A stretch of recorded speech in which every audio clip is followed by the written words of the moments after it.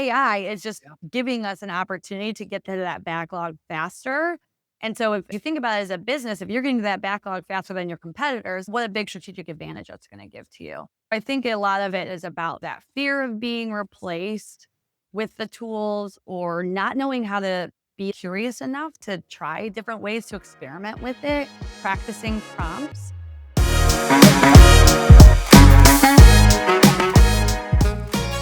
Hello and welcome to the Future Proof HR podcast, where we dive into how HR leaders are adapting to rapid change, leveraging technology, and redefining the role of people operations. I'm your host, Thomas Kunjappu, founder and CEO of Cleary, and today I'm thrilled to welcome Courtney LaTurner, a versatile HR leader whose career spans fintech startups, private equity spinoffs, as well as VC-backed high-growth companies. Courtney began her journey as an HR generalist at a fintech in Cleveland and navigated a big acquisition by Visa, and also has led through major private equity transformations in a GE spinoff later on in her career, and now wears many hats at SecurityScorecard in HR operations and also leading the HR business partner function as well. Efficient, scrappy, having a mindset of someone who's moving fast is something I think we can describe to Courtney here. Courtney's passionate about automation, embedding AI in workflows, and while doing all that, figuring out a way to position HR as a strategic arm of the business. A lot for us to talk about here. So welcome to the podcast, Courtney. Thank you. I'm super excited. The moving fast, that piece that's resonating. So I'm excited to talk about that. So thanks for having me, Thomas. It's very topical. Absolutely. So let's talk about HR within different contexts. So from a small high growth startup to being at a big corporate Visa, how do you think being in these different contexts in ostensibly the same role, how has that impacted your approach to HR? I think about the different types of transformations I've gone through in my career. It's really the key theme that comes through is all about agility. As an HR leader, an HR business partner, you have to be able to flex different muscles to support the business. When I was at my small fintech startup and then overnight were acquired by this massive company, Visa, and having to make this huge pivot from being this scrappy, creative, quick startup to having to integrate into such a large operational structure and really being intentional with the leaders about what pieces of our culture we want to preserve and how we were potentially also just going to evolve and roll with it and make the best of both worlds that we were straddling. So that was a super important time to make sure we're leading those employees through that transition and bringing them along on the journey. Like tactically, this is what's new and what's changing, but also emotionally was a really important part to keep them engaged. The opposite was taking place when I was part of a company that was a PE spinoff from GE. Now all of a sudden we're left on our own. Everyone's used to having this huge GE backing, and now we're rebuilding everything from scratch. It was the opposite type of transformation where we're really bringing people along and you have to know that this is no longer the way we need to do things. These are our new approaches, our new programs, and this is how it's going to take us on that next journey as a company. Those two critical pieces did help lay a great foundation for me as I joined SecurityScorecard. And over the last 3.5 years in that company, I feel like we've been through so many iterations and evolutions. And so having that foundation of being able to be agile and pivot quickly with what the business needs has really set up our team to be that critical backbone of the organization, guiding them through these types of changes, being able to bend and flex our HR practices or ideas or initiatives to shape the business. Yeah, that resonates for me about agility, because when times are good and we need to hire 300 people yesterday, let's go make that happen. And then when it's flipping around completely, we're closing some offices and restructuring parts of the business, and we need that done yesterday. And you need to roll with that depending on the context. And really great point about doing a spin-off, because that's such a unique experience of navigating big company, like a whole employee base focused on that has the experience of working in a big company structure. All of a sudden now have to be in a more independent kind of world. But you did mention doing more with less. My sense is at this moment for HR teams across the world, that is much more of the mantra versus anything else. How do you think about navigating, and maybe you can talk about different moments in your journey where you've had to navigate a change where either the HR team is smaller and so scope has expanded for you Mhm, personally or for your team, the company has just like some significant budget constraints around what it can do programmatically over the mhm. next few quarters or years. How do you navigate that? That resonates. It's very topical for me in the role at Scorecards. We have gone through several evolutions as a company, and we were in one phase where we had a really well-rounded HR team, full kind of structures of payroll, ops, L&D, everything. And then we did go through this downshift where we had to be more focused on investing in sales and tech and product. And so G&A takes the natural hit. And so when we did that, I took on an unexpected change to take on the people operations function, payroll ops, benefits, total rewards, all of these areas where I'm like, okay, I've got this. We're going to have to figure it out as we go. And I immediately went into like just survival mode. How do we make sure that we can get through this? Focus on just getting people paid on time, benefits are staying active, making sure there's no loose ends. So really it was first all about survival mode, but then it was, okay, this is a new exciting challenge. This is an opportunity to position ourselves as the ability to still have a great function, even if we're operating with less. And that was when it really clicked for me on how to leverage AI and when truly ChatGPT became my best friend because never run payroll before, never done a benefits open enrollment before, but had to figure that stuff out and do it with a really small team who was also inexperienced in some of those areas. That was an important shift in how I thought about automation and leveraging those pain points because I still had to show up as a strategic HR business partner for these leaders that have been depending on me. Luckily, I had such great relationships with them that when this shift happened and this reorg happened, I was like, I just got a different scope. So we're going to take a little bit of a dip in our operational rhythm. And there was a lot of trust there. Once I was able to keep things flowing as normal and then started to optimize, we were able to find those ways, leverage HR or AI, and then really focus on, okay, now we can get back to the business of delivering strategic impact. So it's been a pretty wild last year as we've gone through that, but it wasn't something I expected or didn't know how permanent it was going to be. But it's been a great challenge that's stretched me and the team in great ways, I think, for the better. So it sounds like a primary use case for you with AI was about learning, getting depth on payroll or benefits or a new skill set, which was thrust upon you Yeah. to a level which you hadn't been at before, right? Were you rhythmically, let's say, like using AI in personal life or for any kind of project before that? Or was it a green light when you were forced to figure out these things quickly? Where were you on your AI personal adoption Mhm. when you started using it for work? Yeah. I don't think I had heavily adopted in my personal life at that point. I think like most people, maybe especially most, I think I've heard this, most millennials were just using ChatGPT for the beginning as like new Google. And so I'm sure I was doing that for a time period in my personal life. And then was probably dipping the toe in write this job description for me because I don't have the time to get that started or rewrite this employee comms was the baseline that I was using it for before this switchover. And then it became, I just got this notice about some sort of tax payment that we need to make, and I don't know where to get started. Those are the types of use cases that I'm putting this into ChatGPT for. So that was, yeah, that's when it really did kick off for me. It was pretty minimal use before, but now my husband all the time, he's like, do you do anything without relying on ChatGPT? I was like, no, I don't. Why would I not? I got to use this everywhere. So that's interesting. It's based on the pressure because that same use case, if you had, and that would be great, right? We'd all love the luxury of having an expert payroll person who is conversant in Mhm. all 50 state laws and Yep. the nuances. You can just say, oh, here's the question. Mhm. Go ahead and figure this out for me.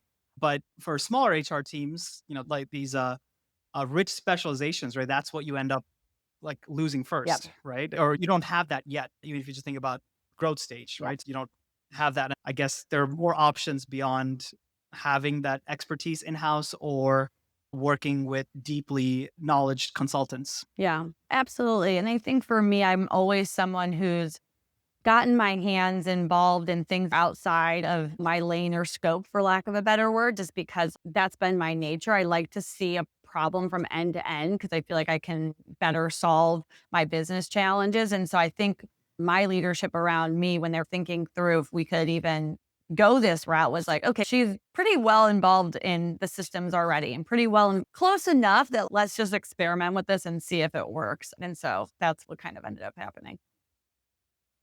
Good enough to be dangerous, right? And can be Exactly. even more dangerous with leveraging AI tools to Yeah. help you learn more. So that was about you taking this moment and experimenting and figuring out ways to make yourself more productive. But can you talk about the same adoption journey for your broader HR Mhm. team? How did you, or how have you, if at all, gotten the broader people operations, HRBP, or just general HR team into adopting AI as part of what they do day to day? I think one of the biggest things is setting that example and taking the fear away from being comfortable adopting AI safely. And so it started a little bit as I'm on a call with my team and we're working through this problem and we didn't know how to solve it. I'm like, well, I'm asking ChatGPT right now. And so I think when they see me doing that, the light bulb goes off. Okay, I can start embedding it into my routine as well and start using it to help me solve problems. Or if I'm saying, okay, we need to put a domestic partner policy in place for enrolling in our benefits, we don't have it before. I'm telling my benefits analyst, we got to get this started. I'm like, go to ChatGPT, get a baseline, and we'll work off of it. And just really showing them the value of you don't have to make that first draft. You can now more focus on communicating the impact and really understanding how that's going to be delivered. That's the piece where you can add more value than taking 3, 4 hours to type this up and figure it out yourself. So, really, it started with setting the example, doing those nudges of when we've got a new project or a new challenge in front of us, like nudging them, like just start it in ChatGPT to take that fear away. And then we started also broadening it in terms of we set quarterly goals. And I said, I want all of us to have one goal a quarter of something that we automate. Find a pain point within your area, your domain, act like an owner, find that pain point for yourself or your users, and let's see how we can solve it through automation or even it doesn't always have to be some fancy new tool, but just how do we like make a more seamless workflow for us and for a process. So we started setting that goal within our people ops team to try and find ways to have that cumulative impact of saving hours so we can then shift and start being more of like even the ops team being a strategic function. I think everyone thinks about HRBPs being that strategic function, which of course they should be, but I think there's an opportunity for ops to come along that journey as well if they're being really smart about how they're leveraging AI in those workflows. My observation has been that at the industry level, and when you think about all the functions across companies, HR has tended to be a laggard in terms of AI adoption specifically. Mhm. If you think about your team or your peers or others that you've talked to where there's pushback to the idea of leveraging AI for whatever the use case of the day is, what do you think that is? What are the factors that are driving HR to be more of a laggard in terms of adoption? I think it's partly because it seems to pop up on HR roles, or some specifically seem to pop up on those lists of like roles that could be replaced by AI. So people get scared if they start using it. I think there's maybe this fear in the background of like, if people find out that I'm using AI or if I lean into that, maybe that's going to be a self fulfilling prophecy that I could be replaced by AI, which I think is obviously just a broad sweeping generalization. I really think that people who have a deep understanding of the future of AI know that for a lot of roles, it's really just going to be able to amplify the work that they can do, not replace it completely. Or I was hearing someone else talk about how it's not just going to be replacing, but it's also like we all have a backlog this long of work or projects that we want to do. AI is just giving us an opportunity to get to that backlog faster. And so, as you think about it as a business, if you're getting to that backlog faster than your competitors, what a big strategic advantage that's going to give to you. I think a lot of it is about that fear of being replaced with the tools or not knowing how to be curious enough to try different ways to experiment with it, practicing prompts. And then I think a lot of like HR tend to like very compliance heavy, very like risk adverse. And want to make sure that they're not going to do anything to put the company at risk or at jeopardy. But a lot of companies, and we have an enterprise safe Gemini license where it's safe to have employee data to a certain extent within there. So we're operating within those right guardrails. We work with our IT team. So, but I love how you've broken that down because that last one is probably the most concrete. You have to say, "Whoa, let's hold the horses," because we don't Mhm. want employee PII leaking out into the world, Yeah. and that's very real, right? From a data privacy Mhm. standpoint, that's a commitment that everyone should be, like, careful about in any function. But again, that can be easily Yeah. overcome with an enterprise Mhm. contract. You can and should have every organization should look into that with your IT For folks or sure. executive team. What are you actually doing contractually to make sure this is the right contract level where you can Mhm. put the information. There's probably the lighter weight answer, which is just, okay, let's not, you know, help me with a hypothetical, get some guidance on a particular thing that doesn't have any personalized Mhm. information. There's probably lots of use cases where you can get started in that direction. Yeah. But that other one I feel is even larger and it's not just HR, which is, hey, I'm afraid of this. There's some level of anxiety about where it's all headed and Mhm. what this tool will do for my job. And I Um, think that's not just for HR, that's for many different functions, Great. right? And people across the board. There's probably a unique role for HR in helping navigate that for the entire employee base who Yeah. feels some level of anxiety or That's distance it. of Yeah. like create right that mindset. So, what do you think the ideal role of HR is in communicating around or helping clarify or guide the entire organization who may be feeling that same way? Yeah. It's kind of back to what we were talking about in the beginning about making sure that the HR team is showing up for the business at the place they are now and flexing those different muscles to be sure that we're supporting with what they need currently. As our company security scorecard, like most tech companies right now, we're focused on how are we embedding AI into our product for our customers. And so one thing that we've prioritized is then also how are we embedding AI internally? So it's just like this natural 360 motion. So there's that connective tissue between as we're building things for our customers, we're also comfortable using it ourselves. And so this came from our CEO to have this idea of putting out a department wide initiative for finding at least one AI workflow that you can embed into your practice. And so it's been a quarterly initiative that we're focused on right now. We turned it into this game competition where it's actually next week. We're doing our sprint demos, and we have every department is going to present for what workflow that they've been able to find and embed in. We, as the HR team, put the framework in place for this program and the comms around it and stuff.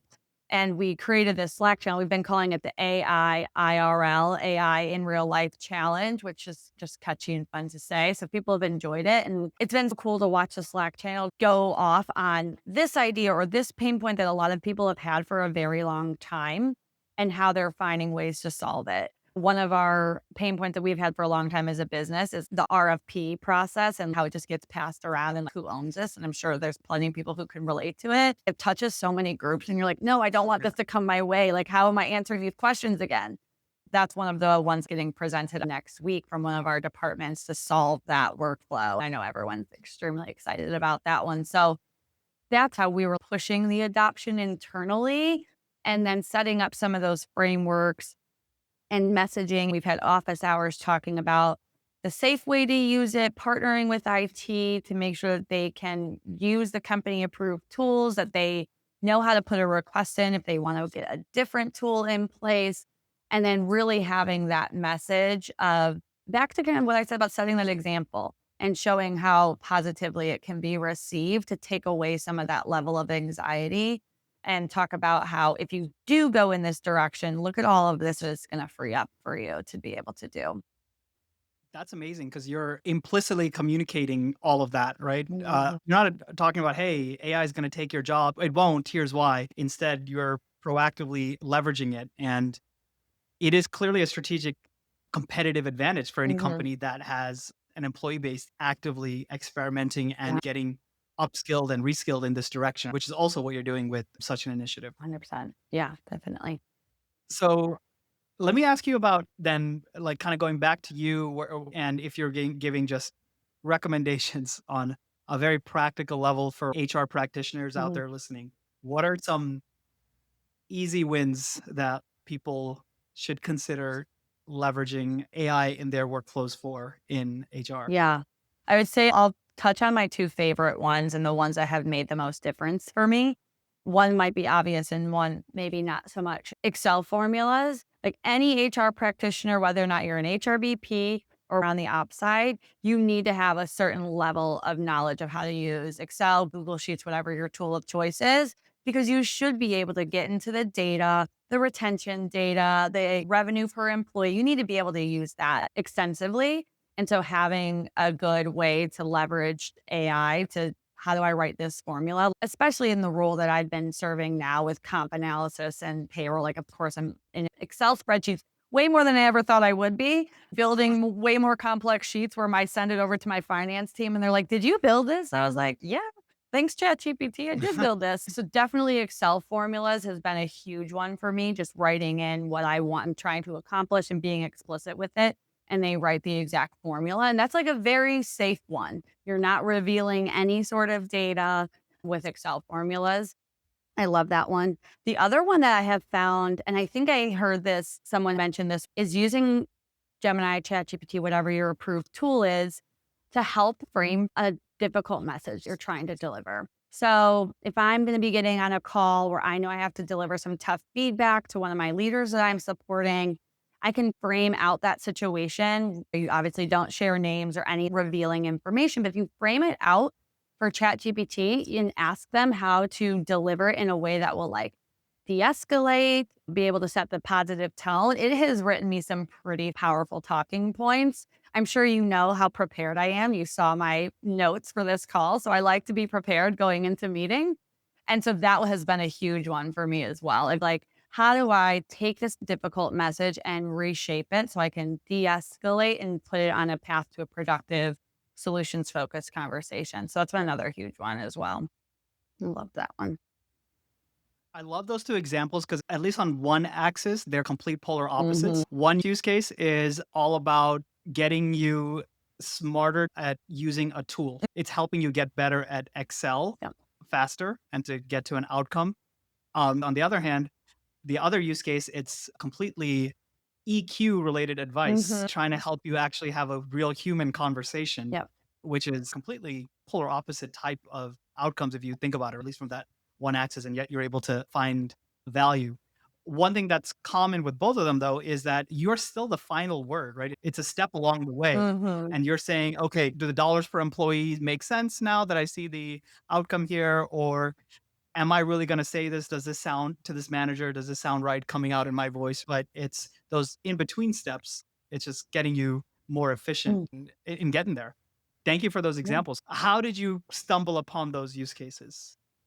Looking back, Mm. oh yeah, I ended up doing it this way and this way. And you probably have many other ways that you've leveraged AI in your day to day. Why or how? What were the practices or what was the impetus that ultimately got you to come to this conclusion? Is it just using it every day or anytime there's a new challenge, you're like, oh, I'm going to try this first? Do you have a hack or a way to get there? The Excel one was completely out of necessity. I think it was my first quarter that I had to run our bonus process after I took on the broader role. It was a couple of weeks after I got my new role. I was like, okay, we're ready to execute the bonus process. So I'm like, I don't know how to do currency conversions. And I knew I had to get this spreadsheet. We were on a payroll deadline, like all of this. And so it was, I have really no one else to lean on. And I'm like, this is out of necessity going to ChatGPT. And I was already like fairly decent at Excel. You have to know what you can ask it to do. And so I was already fairly decent at Right. Excel. That was completely out of necessity to be able to execute on a bonus payout. You can't miss it for employees and you have to have it 100% accurate. That was a really critical one to get right. The coaching or the feedback evolved along the way. I definitely heard someone mention it either on a TikTok or another podcast that this is one of the ways they were using it. And it also had been something I had started to do as I was making sure I was really concise in my communication when I'm really like, kind of trying to at least start, hey, make this email that I drafted because I could be wordy and like make this more concise. And so it kind of evolved for me for there and how it can help me clean up my own communication and be as effective as possible when delivering messages. So that one evolved along the way and tips I probably heard on a TikTok or a podcast. Yeah, I love it. It's like necessity is the mother of all invention or innovation, and then just keeping your ear out there, which is part of why we're creating this content, right? So people can inspire each other with different ways that new use cases come up. Totally. But then let's zoom out a little bit and talk about the future, right? If Mhm. what you're saying, and we both believe it, with software, automation, AI, a lot of the things, the workflows that HR professionals are spending their time in will hopefully go away over time and it'll free up time.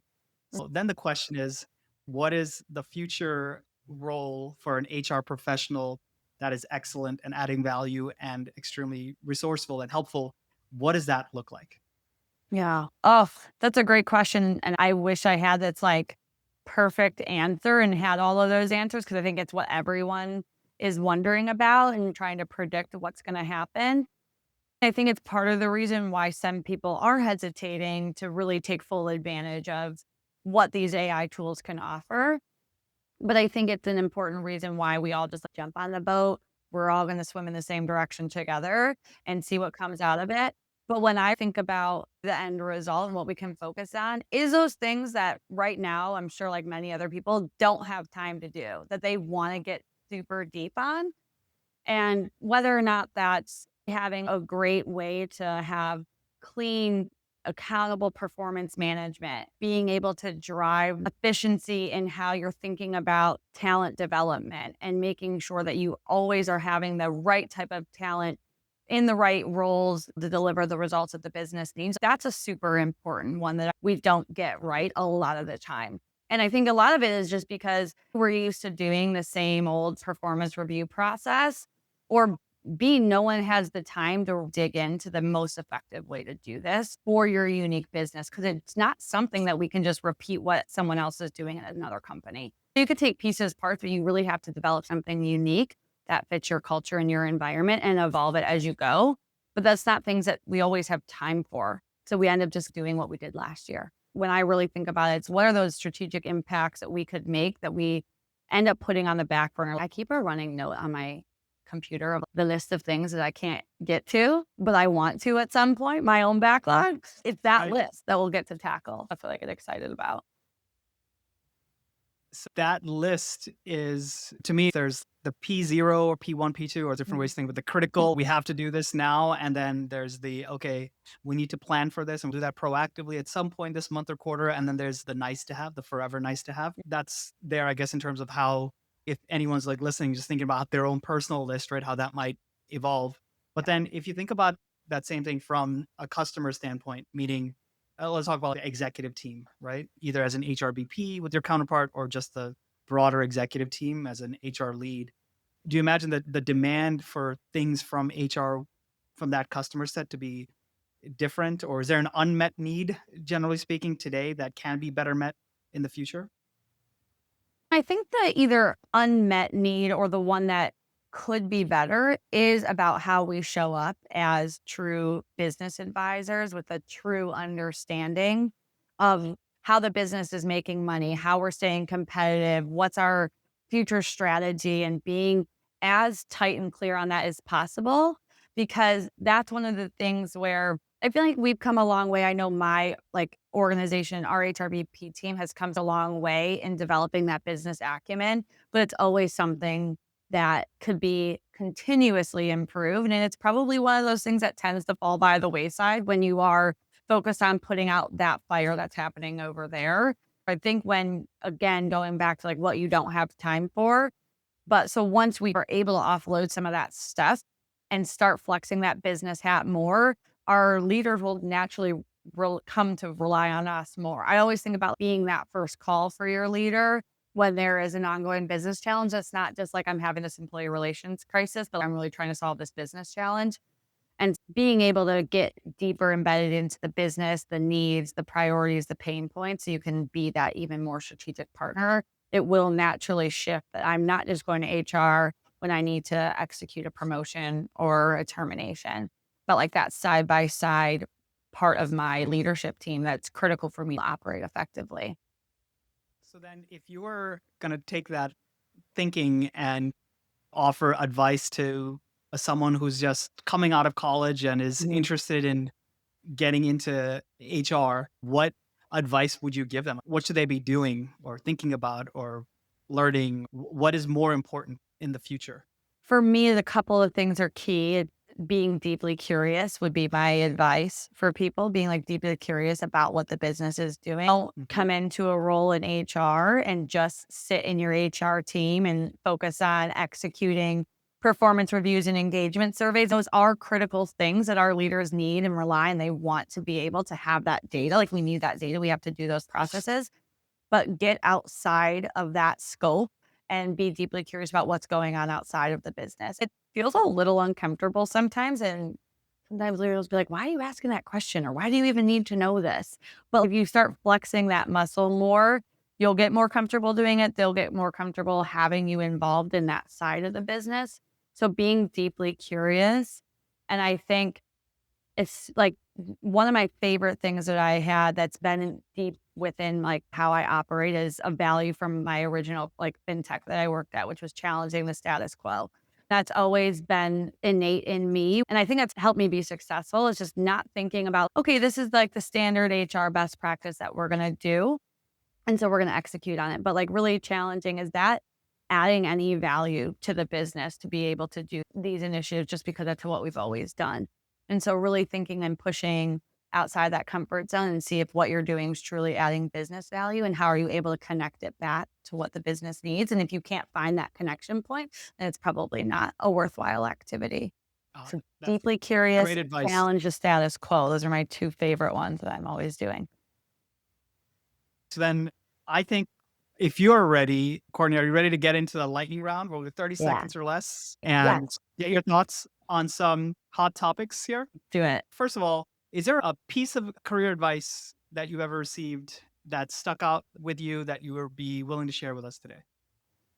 I think it's never saying no to a project that's going to stretch you outside your comfort zone. So being able to take on things if they feel like a big challenge and if those are always going to serve you in the future. So not saying no to things that even if they seem like a stretch. Got it. So stretch yourself. Okay, let's go the other ways. If you could wave a magic wand and fix or completely change any kind of HR tactical task or process, what would it be? The talent performance review process, it's so broken and it's adding such little impact and value the way 95% of companies execute it. It's the first one. It needs to be fixed. Complete overhaul. Could you tell me about something in your life outside of work that keeps you grounded? Yeah. My 2 kids. I have 2 boys, they're toddlers, they're 3.5 and 1.5. I'm dealing with chaos and fires at work all the time. That really just resets me when I'm like, let me just go get a quick moment in with the kids and then I can come back stronger. They keep me grounded. If I can handle that, I can handle anything. So, what is an outdated HR stereotype you'd love to have retired from the vernacular? So I think this one is probably very outdated, but I heard it my first kind of role in HR as being the watermelon carrier. And this one, I was like, what the hell does that mean when I first heard it? And it's just being relied on as the event planner or the one who's setting the fun company events. You're the watermelon carrier. And so that's the one I would love to change that perception.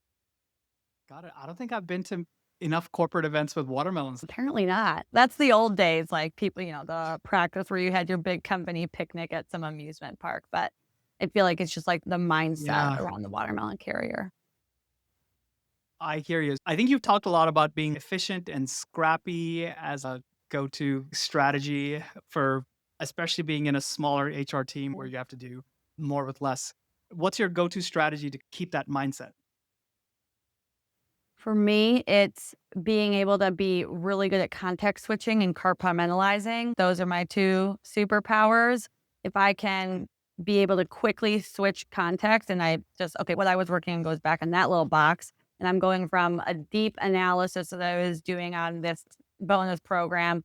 And now I'm jumping into a call with a leader who needs advice on how to navigate a tricky situation. Like those are 2 completely sets of problems. So being able to context switch and compartmentalize has been able to keep me as scrappy as possible. That is wonderful. And it's probably a good place to leave it at that Mm. for today's episode of Future Proof HR. Thank you so much, Courtney, for Mhm. sharing your very personal journey into the world of using AI tools to drive efficiency for yourself, but also for your broader team in the context of that constant in startup life. You've given some great practical use cases and some tactics that HR operators and CHROs can leverage and think about both in their personal mindset and how they can use AI, as well as how they can think about it within the context of their HR team and the broader organization.